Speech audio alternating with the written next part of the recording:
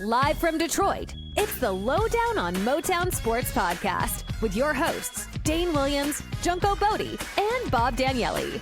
If you're looking for the best present to take to your mother-in-law's birthday party, you're in the wrong place, dude.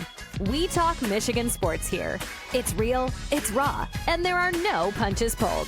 What happens when you put a gambler, a rocket scientist, and a radio jock in the same room?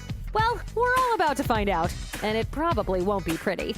But whatever happens, it will be lively. So grab a brew, sit yourself in your favorite rocker, and take notes if you're some kind of nutcase. The boys are back in town and talking about the stuff that matters, Motown sports. So let's get to it, people. Here's the host of today's show, Rockin' Robert Daniele.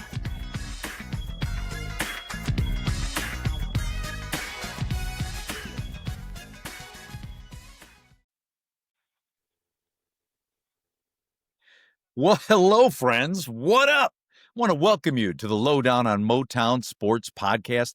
Thanks for stopping by wherever you are. We appreciate you. We can be found on Spotify and most recently on our YouTube channel, the Lowdown on Motown Sports channel. Now, please like and subscribe if you like what you hear. My name is Bob Daniele. I am here with my brothers, Junko Bodie and Blue Dane Williams. Let's just recap here. Michigan is now number 15 in the country and has a big opportunity on Saturday as they travel out to Los Angeles to take on one more step toward the CFP qualification. Huge game. Lions made the Bengals look silly.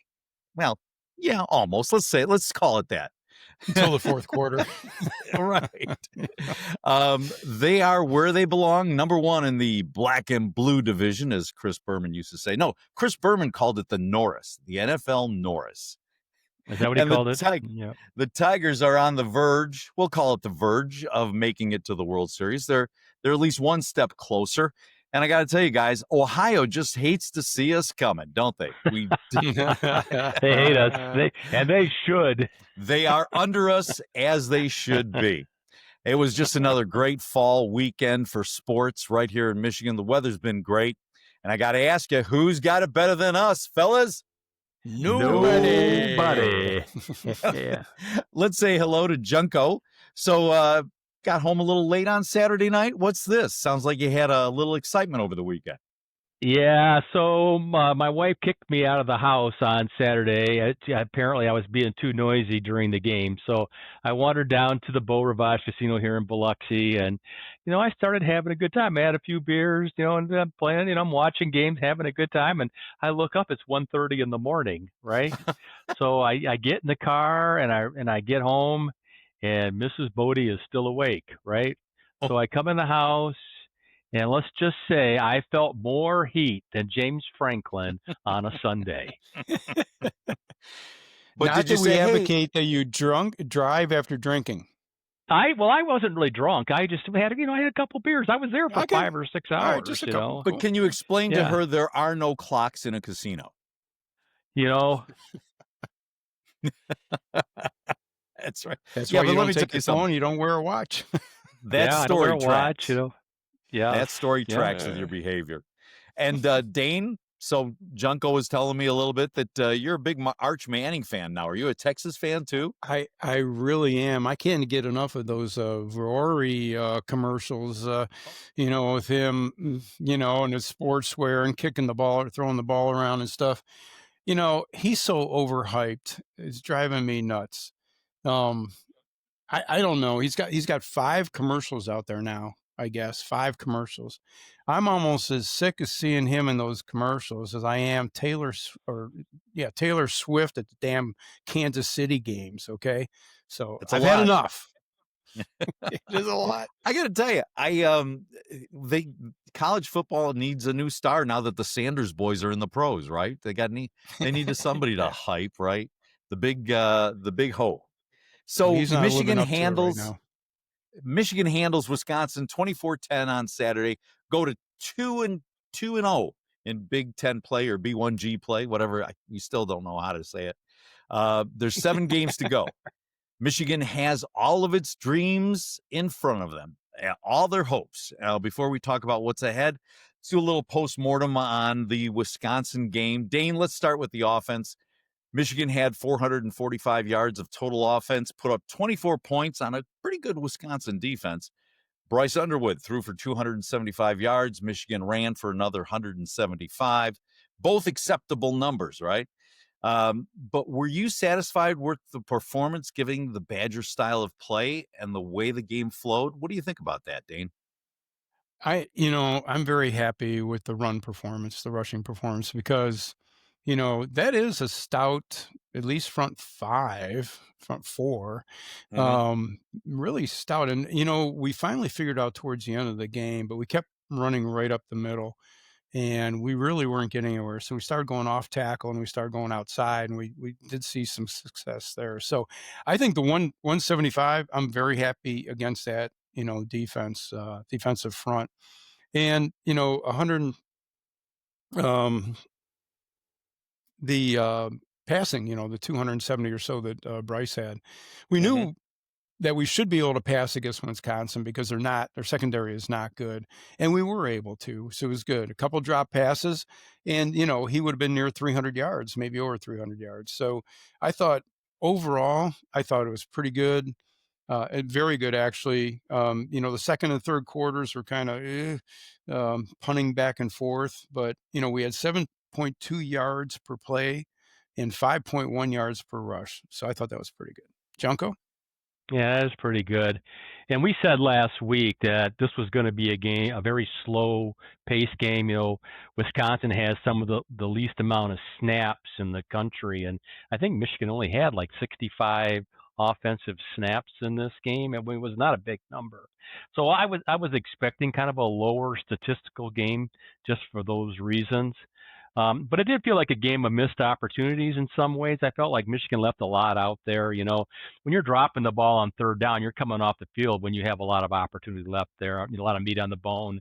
And I felt like we did that. There were a couple of breakout players in the game, though, and I know we're going to talk about those guys later. But I was very encouraged by some of the breakout performances. I think the offensive line is still a work in progress. I think we saw today that maybe there was even a little regression, but I'm going to give Wisconsin some credit. I thought they were pretty stout up front too, and they came in with a good game plan to mess us up front. And Bryce is still evolving, right? He's Mhm. he Yeah. took another step. He missed some plays out there. I watched the film on it this week, and he left some throws out there, but he's getting better. And overall, when I look at it, I would give him a grade of C+ on the game. Okay, but a win. Yeah, it was a And win. the this program is still progressing. It's still moving forward. More drop passes, though, more missed blocking assignments, more missed tackles. We always talk about it being about the Jimmies and Joes, right? So, who are the players, both good and bad, that impacted the offensive performance this week? Dane, I'll start with you. Well, I guess I would start with what do we need to improve? And it's those tackles on the offensive line, both Link and Sprague. I mean, I watched, the whole game and I was trying to focus on them. And boy, they whiffed in some of the most inopportune times. But there were other times where, their blocking was pretty good, but they need to be better. Those tackles just definitely need to be better. Morgan, Samaj Morgan, I can't figure out with him. He's fast. He can be elusive. He's really good at times. He's really bad at times. Another drop pass by Samaj. I think he's got 5, which, almost leads the Big Ten, I think, in number of drop passes. So, I would say Bredesen, stick to blocking. He's great at blocking, but he's got stone hands. I tell you what, that 3rd and 1 or whatever it was he's sitting right there, thrown right to him, right in the breadbasket, and he just dropped it. So let's take away the tight end piece. Let's leave it a fullback and let him block because he's a hell of a blocker. On the positive side, you know, Junko was talking about breakout players. Andrew Marsh. Wow.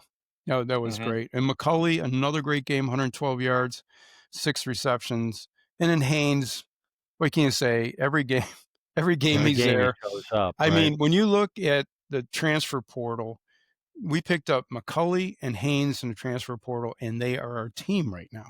So and Payne, which has been and Payne, terrific on the defensive line. Yeah. Metcalf, who's been terrific in Yeah, the he's been good in the secondary. Yeah, true. Yeah, so they picked the transfer portal's been very good to them. Very good to us. Yeah. I agree with Dane about Samaj. They got to figure out what to do about that third receiver spot because he's just not getting it done. And all the potential in the world is great, but you got to bring it on Saturdays, and he's not doing it. Sprague and Link, the errors I saw them make were technique errors. They were not getting the right punch, letting the guy cross their face, all the sins that offensive linemen can commit. And they just seem like they had bad games. And I think they're going to get a lot of grief in the film room this week, and probably they should. But I think they'll be better this week. And to be honest, they probably, up until Ohio State, won't face another defensive line as good as Wisconsin. So I'm still optimistic there. And I think the O is going to get a lot better too when Bryce starts to audible at the line of scrimmage. I noticed that there was a couple of times where the plays that were called just weren't going to work because what was going on the defensive side, right? Right. I think that's because Bryce doesn't have the ability now to audible out of plays and get into things that work. I think that's going to come. I see them opening up more of the playbook with him every week. So I think that's something that we have to look forward to.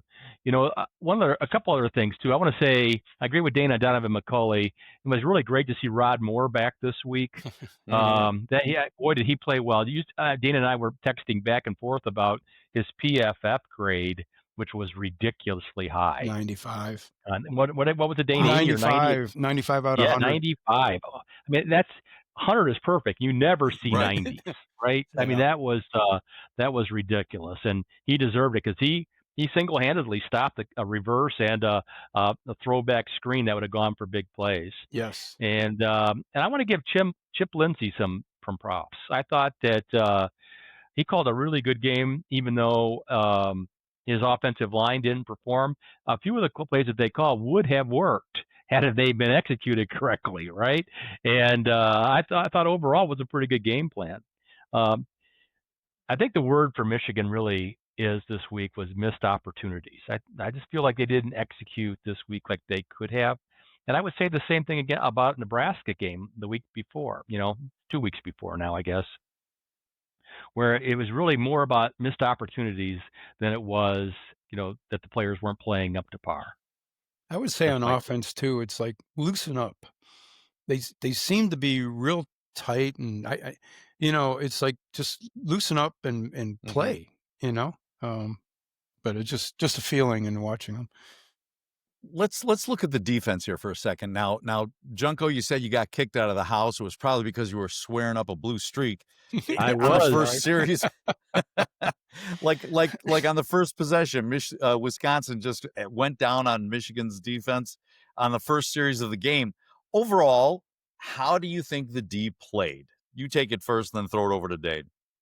Well, first of all, the dog left the room, and then Brianna came up and closed the door, and then that's when she threw me out. Okay, but it was after the game, luckily. The defense has been pretty good this season, but they've not been very good on the first series of the games. I think all the games they've played this year, they haven't had a 3-and-out. In fact, I think they've given up points or would have given up a point. Nebraska could have kicked a field goal, but they elected to go for it and didn't make it. Yeah. Otherwise, there would have been points there. I think that's the only game where they didn't give up points on the first drive. So they need to get better earlier in the game. They need to come out more ready to play. And, I noticed again, this seems to be a theme this year. They're playing a lot of guys on defense. I mean, you got 11 positions. They're probably playing close to 30 guys, and that's a lot of substitution. Yeah. And that's great for our future, I suppose. But I wonder now if all those guys are getting enough reps, if they're getting enough continuity. I don't know. It's a good and bad problem to have, I guess. And I guess if I have one criticism of the D, I still don't think the linebackers play downhill enough. I watched that first touchdown run. Ernie Hausman standing on the goal line. The ball starts on the 5, right? Ernie standing on the goal line. The ball is snapped. and the running back has got the ball, and Ernie's still standing on the 5. He's standing on the 5. He's standing on the 5. He dances. He misses the tackle. The guy scores, right? And that hole opened up, which would have been the hole that Ernie has responsibility of clogging, right? That's just hesitation, and I hate seeing that out of our linebacker group. And I've seen it all season long. And I've watched him dance. He can't cover in the pass. Get him downhill. Let him rush the pass, or let him get involved in being downhill in the run game. I'm real tired of watching the linebacker play. I mean, and I say that we've had some great linebacker play. Jimmy Rolder's been terrific. Cole Sullivan's had some really shining moments.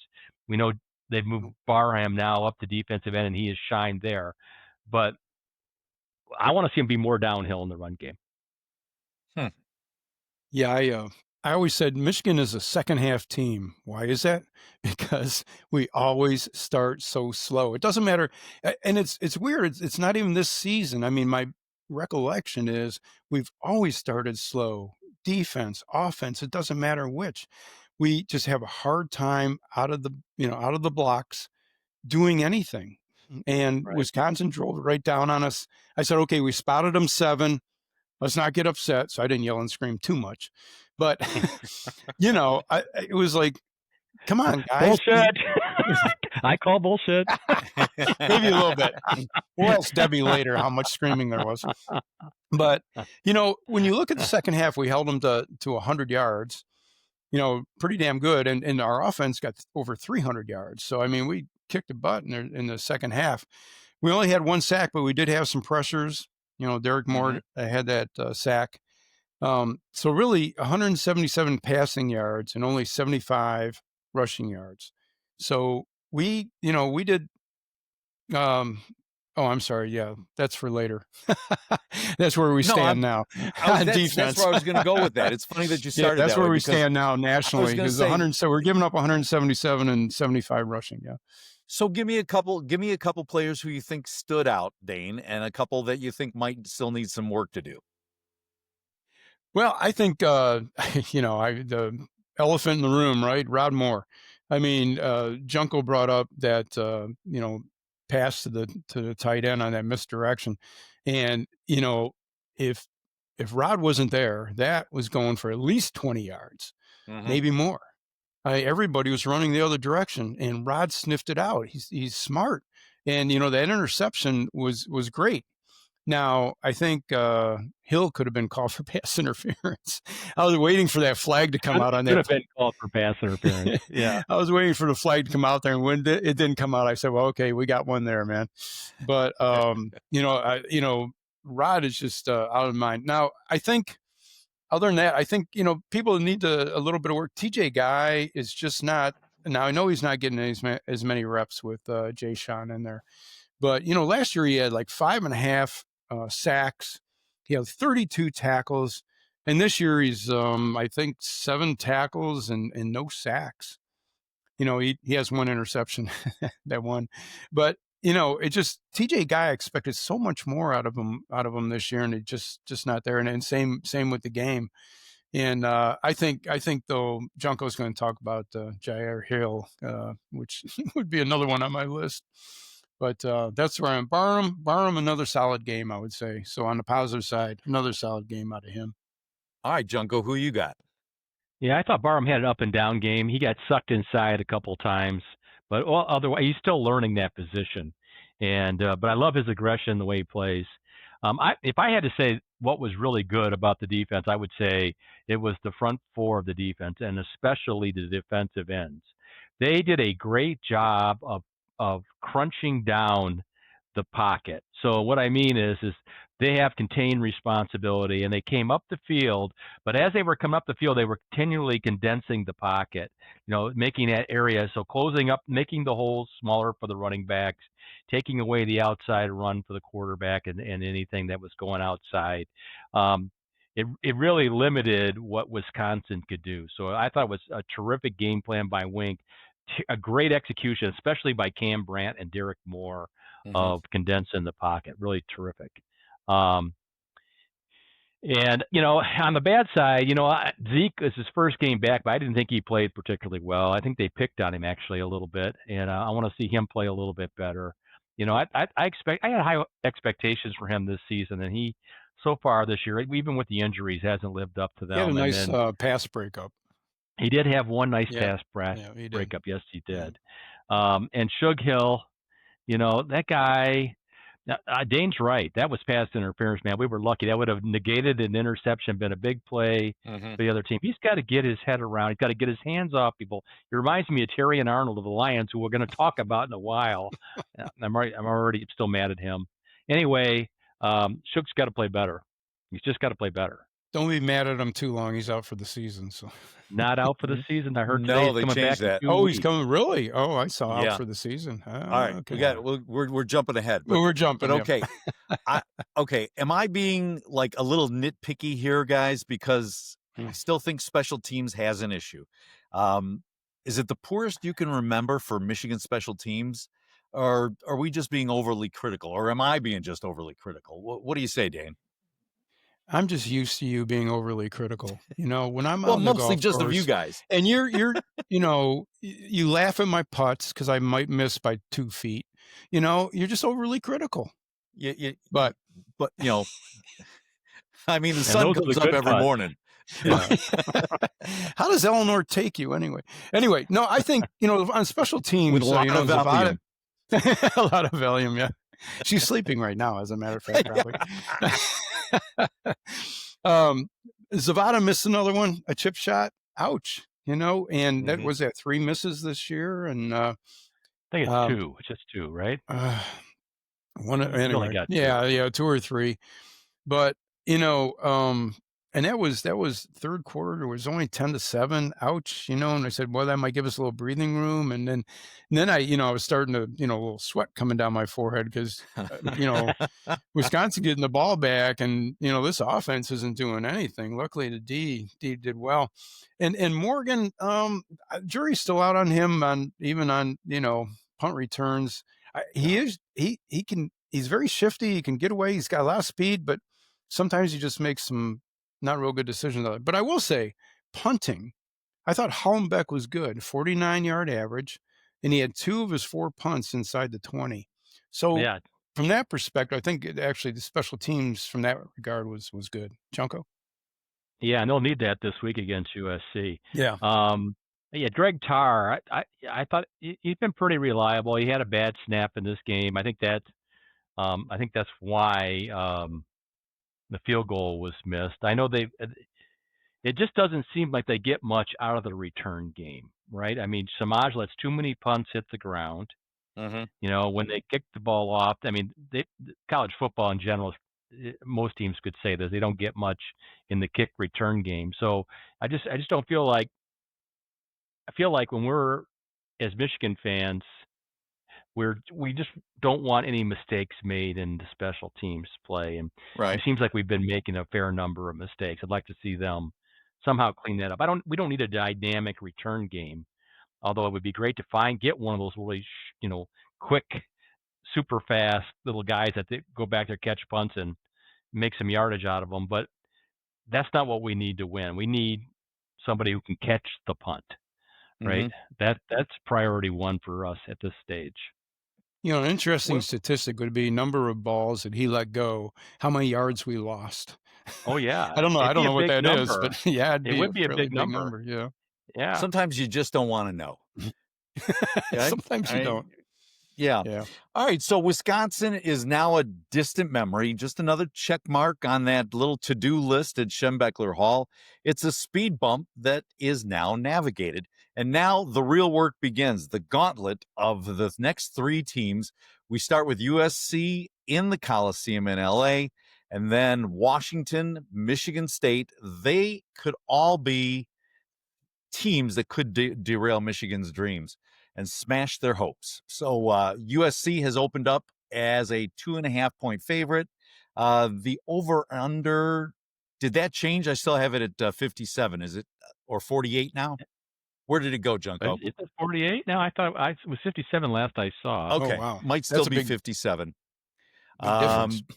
They're coming off of, it is a big difference. USC's coming off of a bye. Okay, 3 words. I've read a little bit about this game. Junko, see if you agree with me. Stack the box. What do you say? Well, the over-under is 57.5. Okay. Stack the Sorry. box. Yeah, stack the box. That's I actually so I'm a spy, right? So I was over looking at the USC talk shows last couple of days. I just want to see what they're thinking over there, and that's all they talk about. All they talk about is how they got to stop the Michigan run and how Lincoln Riley's going to devise a plan to get up at the line of scrimmage and make Bryce Underwood beat him with his arm, right? And and not let him beat them with his legs. That's really what USC's game plan is going to be all about. And the question is, can they execute it? I mean, we know Ohio State tried that a few years ago against J.J. McCarthy, and we saw how that ended, right? Yep. When you got all those guys at the box, once you break past the first line, it's green grass to the goal line. Right. And same thing with pass. You catch a pass in the secondary, and there's only one or two guys back there. It's a lot easier to score touchdowns. So the question will be, one, can Michigan run the ball? And two, will Chip Lindsey, let Bryce throw the ball down the field? We're going to be able to find that out this week. I do want to say one other thing, though. Illinois threw the ball for 331 yards on 28 attempts. Now, the reason I say 28 attempts is that that's about what Bryce throws for a game. He usually throws between 25 and 30 times. Okay. And 331 yards is pretty much right where his ballywhack is. I mean, he probably would have thrown for 300 yards this week, as Dane pointed out, if they hadn't had a few drops. And they ran for 171 and a 5-yard per carry average. So, looking at it, and I looked at their defensive tackles. Their defensive tackles are good, but they're more athletic than they are big, right? And it seems like Michigan struggles with the bigger guys. So I just kind of feel like we're in a good spot offensively in this game. I don't know. What do you think, Dave? Yeah, I would agree. I think when you look at, USC scores a lot of points, but their D isn't that great. Their pass D is giving up 251 yards a game, and I think the rush D is giving up 108, which ain't bad, but compared to Michigan's 77, we'll see what happens there. I think it'll be interesting, our pass defense versus their pass offense, because they're averaging 338 yards a game, and we're averaging 206 against our opponent. Our opponents are getting 260 yards a game. So it'll be something's going to happen there. I looked at a bunch of statistics across there, and that was the most glaring thing: is can our D, keep that to around 200 yards rather than over 300 like he's been passing for. Now, I watched that USC Illinois game. I tell you what, the quarterback there. Here it is. I'm sorry. You talking about Altmaier or Maeva? Maeva looks pretty darn good. He can run, he can scramble. He got away in a number of situations where Illinois is putting pressure on him, and he, as opposed to Bryce right now, who's firing it in at every chance he gets, he actually had a nice touch on the pass. So it could be a little ugly there. If and he's going to get some yards. Don't get me wrong; he'll definitely get some yards. But are they going to score touchdowns? Can we hold them to field goals? And then can our offense respond? I think that's the biggest thing overall. Just you remember we played Maeva before. You remember that, right, Dane? When was that? We played him when he was the quarterback at UNLV. And okay. And we beat him up pretty good then. Here's the thing with that quarterback is that in the Illinois game, he was not pressured at all. I mean, he just sat back there. He did have time. Or he rolled out, and he had plenty of time at that point. Yeah, well, they moved the pocket a little bit on him, but even when he went back in the pocket, he just stood back there. Illinois didn't really pressure him. I don't think that's how Wink's going to approach this game. I think Wink's going to say, "Hey, brother, you're going to beat us. You're going to run for your life, and you're going to take some hits." I don't think that quarterback for USC had a grass stain on him when he went to the locker room at the end of the game. right? Well, He's going to let's have some just grass stains this week. let's just remind everybody that Illinois won that game, so USC is coming off of a loss, correct? Right? Yeah. So Yeah, that's so right. That was the bye week last week. Yeah. Yep. yeah, Yep. so that'll be pretty interesting to see how they come out of the box after a loss. Dane, what do you expect USC will want to try to do against the Michigan offense? What weakness will Lincoln Riley try to expose? So I think, as Junko said, they're going to want to load the box. They're going to want to stop the run. They know we've been successful running, and they want to force Bryce, especially it being away, right? Traveling across the country. So I think they're going to want to force Bryce to throw it to beat him. And they've seen the number of drop catches that we have. I think they're going to be all over McCulley. We got Marsh now who's playing well, so that's good. But I think that's what they're going to try to load the box, stop the run, and then make Bryce beat him with the arm.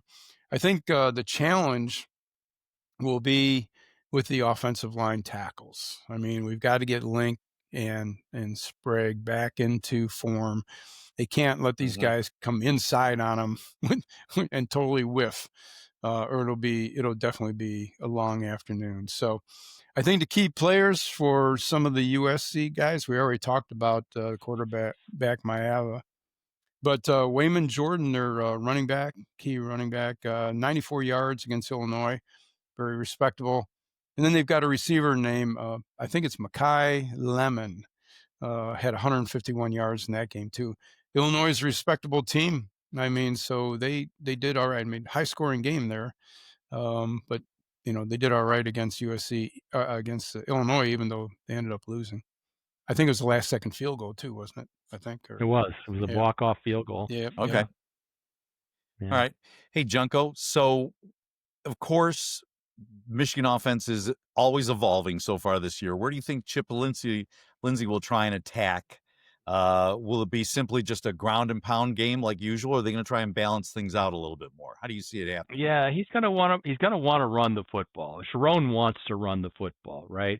They saw Illinois run all over this team, right? And let's be honest, we know they're going to stack the box. They had the bye week to prepare for us. Not only do we have to go to LA, but USC had a bye week to get ready for us. So we got a short week. They got an extra week. Everything is tilted to USC's favor in this game. And it's like when you're betting in Vegas, when everything seems too good to be true, take the opposite. And that's kind of how I feel about Michigan in this game, right? Is that everybody says, "Oh yeah, USC's going to stack the box. They're not going to be able to run." Well, we've heard that before, and then Donovan Edwards rips off 2 60-yard runs, right? And Dane had mentioned Makai Lemon, and he is a great receiver. But last season, Michigan sent him to the hospital when they hit over across the middle. He likes to run the middle, and our guys like guys to run the middle. So like to hit it'll him. be interesting to see how that plays out. I know that's a big topic over at USC right now. It's kind of a revenge factor for them. Here's the bottom line. The USC has talked about it at length after the Michigan game last year. Last year we just ran all over them, right? It changed their whole season. It changed how the country viewed USC as a defensive football team, right? They want to match Michigan's physicality in this game. They're going to do whatever they can do to do it, and stacking the box is going to be it. The $1 million question is, can they do it? Yep, that's it. Hey, the USCD is giving up 360 yards a game. So whether we get 360 through the air, we get 360 on the ground, I don't care, baby. If we can top 400 yards again, and again, I would say if we get closer to 200-yard rushing mark, All right, guys. I think we'll win it. Yep. Robert, are you okay? Nope. Hello, Robert. Bob, you okay? Sorry, buddy? boys, I lost you for a sec here. There you go. Now you're back. All right. Yeah. So I thought we were just boring all you. right, so let's move on, right? Let's talk defense. He got bored. I He's think like, we I'm agree, checking out. right? That it should be a clear advantage for USC They did place a emphasis on the D. Why don't you guys talk about defense for a little bit while I try and fix my headphones? Yeah, I'll start. Altmaier hurt USC with his mobility, right? And I think that Bryce Underwood's going to attempt to do that as well. I think we're going to be using Bryce probably more as a runner in this game than we have in the games past. I know it's a cliche, but I'd like to see us take what the defense gives us in this game. I'm just trying to figure out what Bob's doing back there. I don't know what he's doing. Hey, anyway, no, I would say, Michigan's scoring D is 23rd in the nation. USC is 64th in the nation. And I think, one, we need to watch and time the blitzes well on D, because we need to contain Mayaba. We can't let him beat us with his legs, which he's not a great runner, but he can scramble. And he's good at getting out of the pocket, rolling, finding a receiver, and hitting him, sort of like Bryce. He's a lot like Bryce. Yeah. When I saw that. So, he'll get some yards, like I said earlier, but we've got to limit that to field goals as much as possible. Or, if they go for it, they'd like to go for it on fourth down too. We need to stop them there. But yeah, overall, I thought, I was looking at turnover margin too. I thought there might be something there, but they're pretty equal. 1.2 for Michigan, 0.08 for USC. So we've had a couple turnovers. They've had a couple turnovers, but there's no great difference there that I could see, which would lead me to believe that, there was a great advantage there. I just think we can pass on them. I really do. I think it's almost a carbon copy of Wisconsin, although USC's better. But I think we can pass on them. I think we're going to have success running, just like we did with Wisconsin. Well, again, Altmaier carved them up, right? Yeah. Here's what I see on defense mostly is that the U of M safety got to keep those USC receivers in front of them. I don't know that Lincoln Riley, even as a coach, has enough patience to dink and dunk down the field. Their oxygen is chunk plays, right? And I think if the U of M safeties can keep those USC receivers in front of them, not give up any big plays behind them, it's going to, I think they can keep USC kicking field goals. We'll see how that works out. So I guess Bob is still messing with his headset. No, hold on. Whatever you have. Let me tell you, it's always something, right? Well, we can hear you. I'm glad you have a backup. That's good. Yeah. Well, I do, but my Bluetooth just went out on my headphones, so. There's this thing you should charge them up before the podcast and make sure they're. I know that, but I've been so busy listening to the Taylor Swift album. Good man. Have we gotten to listening or burning? We're at the predictions. Predictions. Good. Did we do all our predictions and you're waiting for mine? No. We're waiting for you to say, let's do predictions. Okay. All right. So, Saturday at the Coliseum, right? 7:30. It's a night game. It's a big game. Number 15, Michigan against USC. So, Blue Dane, give me your predictions for what's going to happen on Saturday night in Los Angeles. All right. Well, I don't think there's going to be a lot of fireworks, but I hope there are some fireworks by Michigan. I see again, Justice Haynes having another good day. I think that we're even going to see more out of Marsh. I think they're going to even be using Marsh more, and McCulley getting targeted. I don't know what they're going to do with Samaj. I suppose he'll be in the game. I even thought, why don't put O'Leary in? What the hell? He made a great catch last year in the Ohio State game, and give him a chance. But anyway, with all of that, and I see the D prevailing. So, although I still see USC scoring some points, I got a 28-24 Michigan. Wow, I didn't see Dane picking Michigan coming. Wow. Okay. So I think I said before I thought that Michigan's offense would need to take what USC's defense was giving, but I don't think they do. I think they try to overrun the ball, and I think that um, Michigan will score 24 points, but I think USC is going to get 27. I got 27-24 USC. Okay. And I don't know how valuable my prediction would be for a guy who can't even manage his chords here, but I've got USC 31 against Michigan 24. So and you know what? This was one of the games that I predicted would be a loss when we looked at our projections for the beginning of the season. So I'm kind of staying true to that. All right. Hey, Bob, remind me what Dane picked in that game. He picked Michigan. Yeah. You don't Did even he need to pick look. Michigan in all of them? And Yeah, the don't game even need to before look. that. Yeah. It's a good thing. It's a good thing we're not slanted one way or another. We are right down the middle.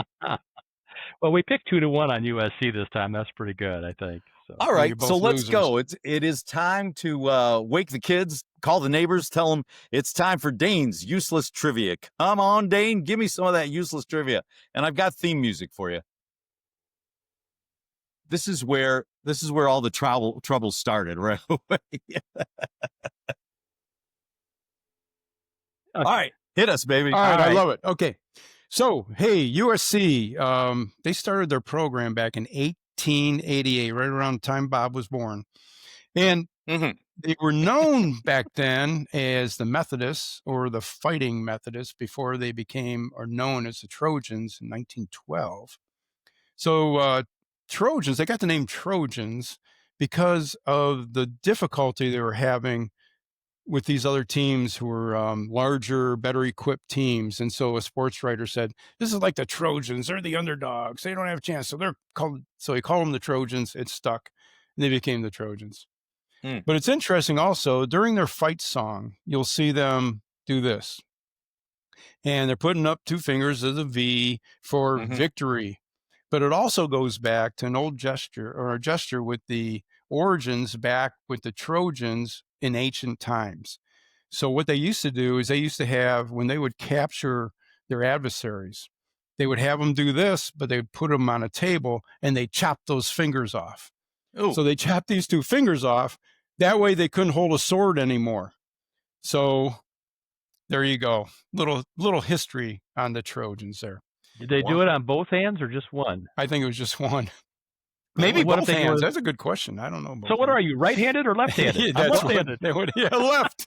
Cut these two off. I am a left-hander. I got to tell you, that useless trivia had a little Game of Thrones vibe to it. Yeah, it did, didn't it? Okay, but also USC is known as Tailback U. I'm sure you've heard of that because of the number of running backs that have won the Heisman Trophy with them. 5 running backs have won the Heisman Trophy with them. Can you name some of them? I can name 3 of them. Okay. O.J. Simpson, Marcus Allen, and I just used to play for the Lions for a while. Reggie Bush. Reggie Bush? Yeah, but that wasn't the one I was. That's the only one I had besides O.J. Okay. Yeah, no, White. Charles White. Charles White. And then Mike Garrett, who was a little before. Michael Garrett. Did you say Marcus Allen? Okay. Yeah, he did say Marcus Allen. So those are the 5. So my question is, how many? Question? Nope. Okay. How many of those 5 are convicted criminals? 1, 2, 3, 4, or all 5 of them? 2. I'm going to go with 3. Yeah, the answer is 2. So we know about OJ, who actually got away with, well, I won't say, he was acquitted of murder, right? Right. And then later on, armed robbery and kidnapping, he was convicted of. Reggie Bush was the other one, right? Charles White. Charles White had a cocaine problem. Okay. So smoking a little hooch, doing a little coke. So in 1987, he was convicted of cocaine possession. And then later on in 2012, bank fraud and aggravated felonies.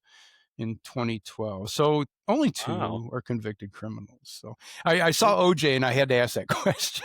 How many were convicted? So Anyway, what would be interesting? Who has more convicted criminals? Is it Miami or USC? good. That's a damn good. I don't know Yeah. the answer to that, but just throwing it out there. I'll keep that in mind Is for it when we is, play is Miami. this caught or overall? Yeah. Convicted? All right. Well, Go ahead. let's move on to the Lions. Right? They are truly king of the jungle. They went down to Cincinnati. They call it the jungle. And another Sunday, another Lions win. This time over the hapless Cincinnati Bengals, 37-24. But it's turning into a little bit of a Groundhog Day scenario, right? More defensive players are hurt. Lions, though, move up. They're number 1 in the power rankings this week. So the big one is Terrion Arnold, right? Originally thought out to be out, as Dan Campbell said, for a while, doing air quotes there. According to Dan Campbell, they thought he was going to need surgery, but he got a second opinion as of today, and it's not as bad as they thought. He's currently out, but it could be maybe only like a 3 to 4 week thing. 4 of our top 5 corners are out. So that's DJ Reed, Ennis Rakestraw, Khalil Dorsey, along with Terrion Arnold. And then throw in Taylor Decker and Kirby Joseph. Man, it's starting to look like another MASH unit. It is deja vu all over again for the Lions. Hopefully not as bad as last year. So let's start with Detroit's offense then, right?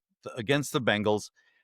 Dane, was it me, or did the Lions look like they could pretty much do whatever they want against the Cincinnati defense?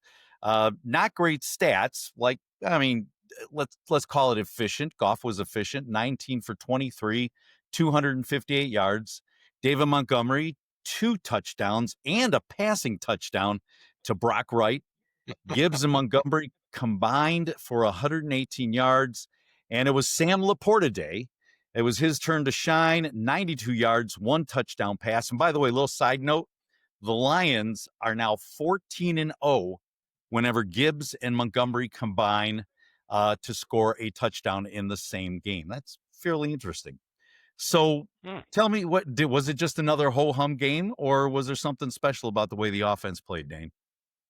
Hey, didn't they tie a record too, Gibbs and Montgomery? Yes. With yes, that Montgomery's touchdown, they tied a Yep. record. So I lost the game right around then. Fox took me over to the other game, and I'm like, Oh, no what kidding. are you doing? What are you doing to me? So I didn't catch what the actual record was, but they did tie a record, right? For probably Yes. duo running backs. That most was of it. the Duos. Yeah, Yep. it was Emmett Smith and whoever his blocking back was. Okay. Yeah. All right. You'll say it Also, and then just I'll on know it. injuries, Khalif Raymond also is questionable. He Oh, took right. a hard hit, right? Yes, he did. In that one run back. So Yep. yeah, Yep. 118 rush, 261, total pass yards. It was an entertaining game to watch, at least what I saw of it. I love seeing Laporta get in there. They used him more, which I thought was great. 4 passing TDs, 1 rushing TD. Okay, we'll take that. And other than Goff's fumble, excuse me, which I think may have been caused by the O-line because they didn't do a real good job of blocking there. He may have held on to it a little long. But other than that, I thought the offense looked pretty good. Junko, what do you think? Yeah, the stats are kind of deceiving because of all the turnovers that the Bengals had, the Lions were on short fields. Yeah, three. So three it's hard to get a lot of interceptions. yards when you're on Yeah. short fields, right? And so I think as a result, I thought the stats were a little bit off. I don't think it was the best complementary football. I think the Lions kind of pride themselves on complementary football, and Sure. I thought this week, the defense didn't really, get off the field that quickly. They got a backup quarterback. They ought to be beating him up, but again, we're still not getting enough pressure on the opposing quarterback. And I thought our offensive line was a little, out of whack. I know Taylor Decker was Yeah. missing, but Manu out there was just god awful, right? Yeah, I mean, he was. I thought he was going to get Goff killed at one point. Yeah. And Yeah, he missed some blocks. And I got to tell you, I don't really like Graham Glasgow at center. I thought he did a decent job at guard, but I don't think he's doing a great job at center. So I look at it and I think down the road that these are going to be some things that they're going to have to kind of figure out going Mhm. forward. I mean, we talked about injuries a little bit earlier, and I will say one thing on that too is that Dan Campbell lives by the sword, right? And the saying, you live by Mhm. the sword, you die by it. When you're a physical team, you're going to have some injuries, Right. and I always want to make sure the same thing doesn't happen to us this year that happened to us last year, We're which is heading we're down that road, depleted though. when it counts, right? Right. Yep. Yeah. Yeah, we got to start keeping guys. We got to be looking ahead a little bit. So, yeah, So, that's where I'm at. it wasn't a pretty win, but it was a win. The defense gave up a lot of big plays and points actually to a Joe Burrow-less Bengals offense in that second half. It's a road game. Detroit was in command, and guys, are we actually going to complain about that, or are we just going to say, hey, a win's a win in the NFL? What do you I think, thought the Junko? defense had. Oh, I'm sorry. Go ahead, Junko. Well, go ahead. No, I'm Anybody? just saying it's IQ, right? I Yeah. mean, the one thing I like about the Lions team is they're tough. One of the things I don't like about them is they don't always play with the greatest IQ, right? Mhm. I mean, um, and I would like to see that change a little bit. I mean, that'd be my one comment on that, Dane. What do you think? Uh, I agree with it. I think it's been better. I really haven't seen the stupid penalties like we saw sometimes in the past, which I think is good. 3 interceptions. I don't know how you complain with that, but they did seem to relax in the fourth quarter. It's like, okay, we're up. I don't know Mhm. if they were substituting guys, or what, but they were outscored 21-9 in the fourth quarter against Browning, who He he found got his in a groove. rhythm, he Yep. got in the groove, and he was starting to hit receivers. So Right. And how do you get beat on a double move, right? When oh yeah, you got a wow, 2 touchdown lead in the fourth quarter. Yeah. yeah, How do you get beat deep there? I mean, yep, that's an IQ thing, right? yeah. But now, okay, and it's funny you say that because I think Arnold was out in the fourth. By the fourth quarter, Terrion Arnold was out. But again, he had a lot of sloppy play, a lot of pass interference. But there, all of a sudden, there's some Terrion Arnold defenders out there. They're saying, yeah, he makes some bad penalties, some bad calls, but his coverage is pretty good. What do you say about that, Junko? I would say if holding is allowed in the NFL by defensive back, he's a great He's cover great. corner. Sure, but The greatness I don't see. there No. are stats where Yeah. he doesn't. There aren't a lot of passing yards gained when he's out there. So Well, I he Did they cost count us the two. PI? Did they count the PI yards in I that? I dude, mean, I don't know. that's what I would ask. Well, he Come cost us on, 2 You're the points in expert. that game. You're the baloney. expert. Oh yeah, no, he Yeah. cost us 2 points exactly. Yeah, he Hutch had a did. sack in the end zone. Yeah, Yeah, he no, did. I know. Yeah. All right. So this next game, let's talk about the next game against KC. It looked like it was going to be a little bit more daunting than it is now, especially after the Monday night loss to the that juggernaut of Jacksonville Jaguars on Monday night. Although the Jags are an up and coming team. They're 4-1. 4-1 or 5-1 or 4 and Yeah, something. 1. So 4-1. yep. Yep. Yep. So now the Kansas City Chiefs with Patrick Mahomes on Sunday Night Football. Of course, KC is not the KC of 3 years ago, and maybe Travis Kelce should have made a swift exit, huh? Okay. I like that. That's good, Bob. Oh, don't He bring sh- her up again. Oh, Oh, yeah, okay. I'm about to because he's going to be the hype man for her new album. This is like As a matter of 3 fact, times we've talked about Taylor Swift today. I don't know about this. whenever he catches a pass, he's also going to hold up a copy of her album. So because the camera will be out there, right? The Chiefs find themselves 2.5-point favorites and face a hot Lions team. But this game is in KC. The Chiefs are, well, I said that, 2.5-point favorites. The over-under was 51.5 last time we checked before we came on the air. Let's break it down, boys. Dane, why don't you start it out? Give us a little synopsis. Yeah, so, penalties and mistakes have really hurt KC. And it's interesting, it's not like they're getting blown out, right? Their 3 losses have been by 1 score. So they've been in every single game where they've lost. Now it's a total turnaround from last year where they had 11 games that they won by 1 score, so the total turnaround. Now, so certainly we can't take them lightly. Mahomes can beat you up at any time.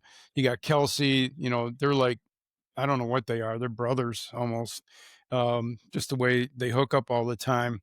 And they can beat you. But it's interesting looking at that Jags game. Who was the leading rusher for KC and who was the leading rusher for the Jags? Do you know? I'm going to say Trevor What- Lawrence. I'm gonna say Pacheco for. Oh no, it was Lawrence. Yeah, and Mahomes. Mahomes. Right? Yeah. So the quarterbacks are the leading rushers, which is very interesting. What the hell? So a lot of passing, I guess. I don't know. They didn't have, 318 pass yards from Mahomes. Not, I think, Lawrence even had fewer than that. But so where's the running game with these two teams? Do they have one?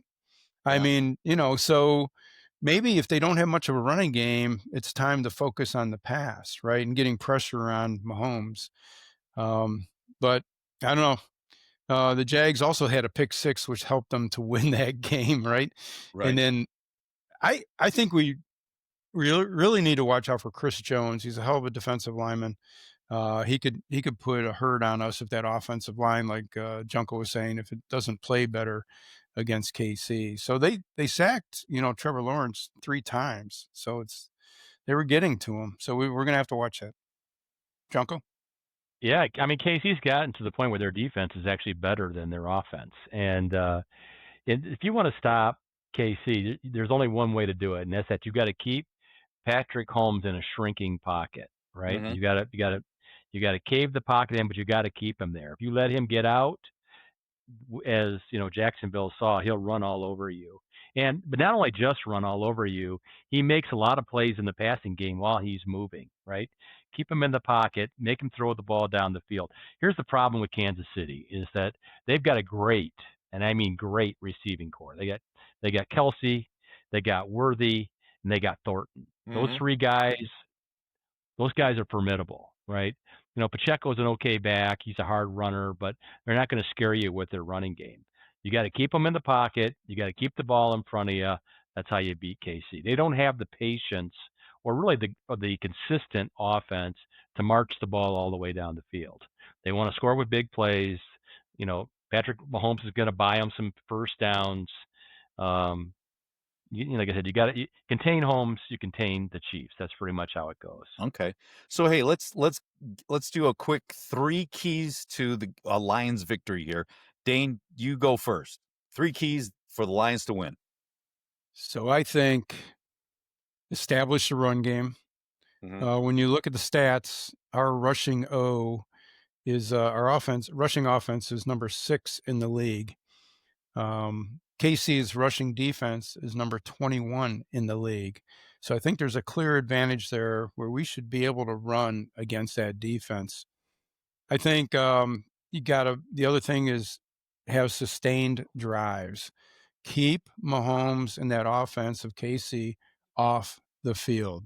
I think if we do that and our banged up secondary can do okay against Mahomes passing, I think we win the game. All right, Junko, give me 3 keys. Well, I've got Patrick Mahomes as my fantasy quarterback this year, and I also have Thornton and Worthy. Oh, and you do? I'll be starting all 3 of them this week against the Lions secondary. You can bet on it. My 3 keys to the game are: 1, keep Mahomes in the pocket. Number 1, and that could really be all 3 of them, right? Keep Mahomes in the pocket. The second one is get off the field on 3rd down. Kansas City's in 3rd down a lot. And I mean, if you look at that Jags game, they would have won the game had they been able to convert 3rd down more often than they did, and they didn't. They didn't get it done. They're going to try to get it done against the Lions this week. The third one, obviously, is the one it is every week. You got to win the turnover battle. The game last night. How many turnovers were there? 4? 4 or 5 in that game? At least one. That's a good question. Was a I don't know. fumble at the goal line too, remember? And Okay. I mean, Oh, yeah. they had a bunch of stuff. Yeah.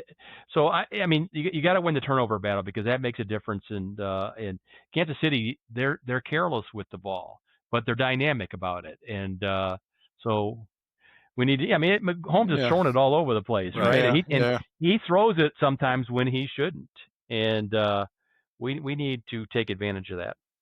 Well, if there was ever a time to have your cornerbacks depleted, this would not be an opportune time. Not a good time. Not a good time for your first string cornerbacks to be out. So we'll see what happens. Yeah, Gibbs has got to have a good running game. I see a good running game for that. And the Chiefs aren't what they used to be, but Mahomes is tough at home. So we'll see what happens. Why don't we get some predictions going here, right? Sunday Night Football. Is it Geha Field or Geha? I never know what to say. Geha Field. All right, Geha. Dane, give me your prediction for this Sunday night. So, yeah, for all the reasons I said before, or just from your last question, Bob, I see another one-score loss for KC. I've got Detroit 35, KC 28. Ooh, big game, big scoring game. The Lions been scoring a lot of points, man.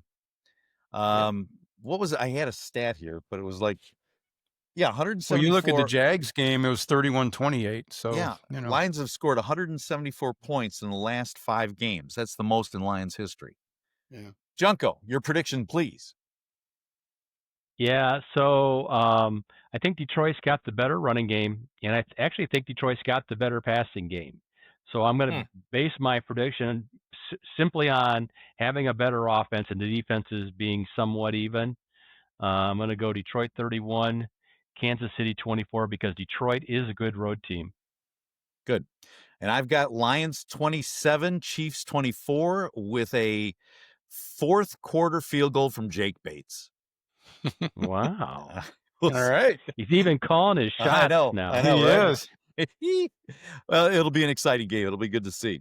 So now let's wrap this up with a little Lions trivia. Now, the Lions were a 10.5-point favorite against the Bengals this past weekend.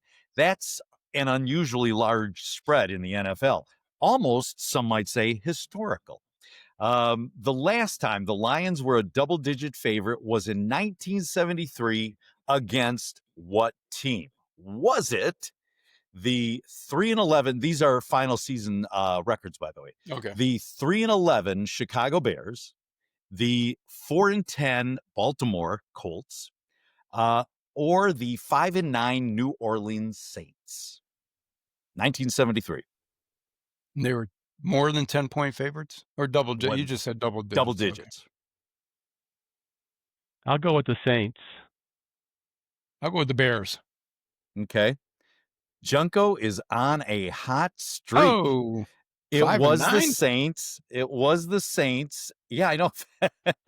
It was against the Saints. They were a 10.5-point favorite again, also on the road. But the Lions lost that game to Archie Manning and against Greg Landry's Lions, 20-13. The Lions finished up that season 6-7-1. How about that? Beautiful. Beautiful. Hey, so real quick on the Tigers now, they are 1-1 in their series for the American League Championship. Actually, this is the divisional round. The Mariners they're coming to Detroit. They're playing. We're recording on Tuesday. They're actually playing Tuesday. It's been rain delayed right now. So you got 2 games at Comerica Park. And Jack Flaherty's going today. Casey Mize the next game. And then if it goes to 5 games, you got Tarek Skubal in Seattle. But boys, they got to start hitting. They can't keep on leaving men on base. So are they going to change the name of Comerica, during the series? Or Actually, yeah, you're right. The news came about that Fifth Third Bank bought Comerica, and they will eventually change that name to, I don't know what they're going to change it to, but it won't be Comerica Park anymore. Yeah. It'll be somewhere in the 2027 season, they say. Oh, is that when they said? Yeah. Okay. Yep. All right.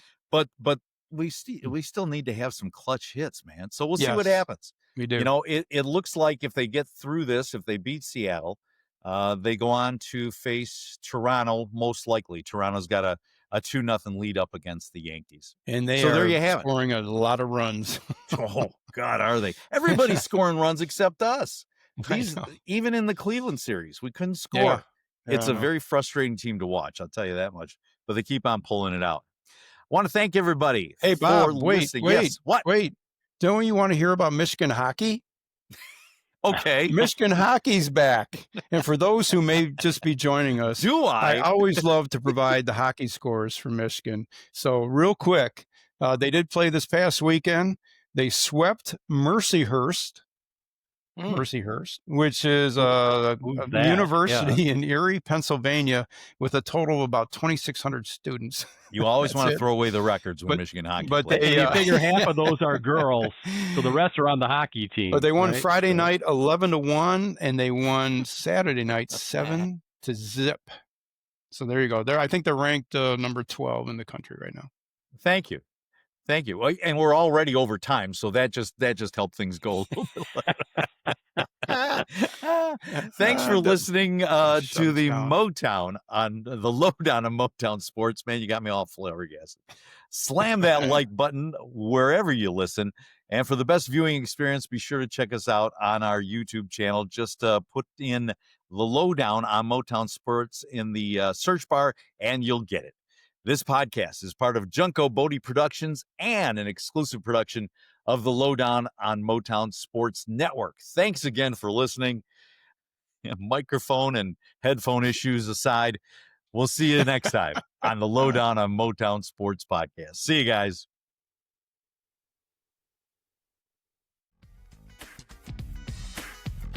Thanks so much for tuning in to this episode of the Lowdown on Motown Sports Podcast. If you're liking what you're hearing, then why don't you do us a solid and rate, subscribe, and leave a review wherever you listen to your podcasts. That helps others find the show. And, you know, we're pretty awesome, so why not share the awesomeness?